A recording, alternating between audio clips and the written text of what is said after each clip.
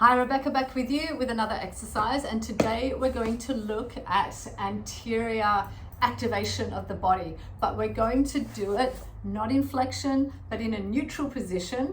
So it's going to be eccentric and isometric. So we're going to be long, we're going to be holding it, but there's going to be a little bit of movement in it because we're going to do it on the oove, and that will allow a little bit of movement through the body. But at the same time, we're going to use a ball, and we're going to put that between our ankles, and that's going to help create a nice central column through the body. So let's get on. Normally we do a normal setup, but today I'm just going to go straight into it.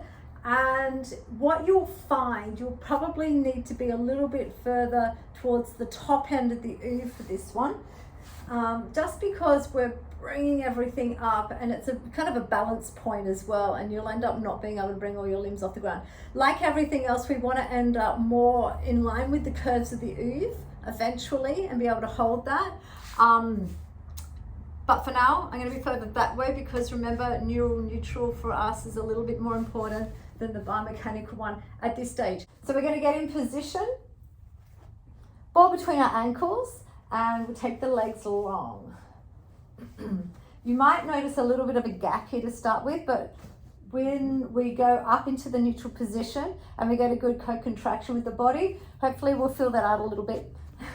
Okay, so we're going to tuck the chin, lift the head a millimeter off the ground. Let's get comfy here. Get comfy. Got to psych myself up for this one. And then we're going to squeeze the ball, lift the legs off the ground, arms off the ground, everything's off the ground. And we're trying, not that I can see, but I'm hoping everything is in neutral here. And we've got a good co-contraction going in the body. Not easy. So how long do we do it? Well, as long as you can. But if you can get a minute up, that's pretty good going. And even if you have little breaks within that, that'll be okay as well. You could vary it by taking the legs a bit higher to start or moving further up the oove. But keep in mind, you want to aim for that nice neutral position, and that's going to and working it long, because at the end of the day, that's what we want to do when we're sitting on our dressage horse. And even if you do other disciplines where you're, shortening levers a little bit more, that's okay. You're still keeping long lines, and this will still help you. So give it a go. It's not as easy as it looks, but I think you'll find it very helpful.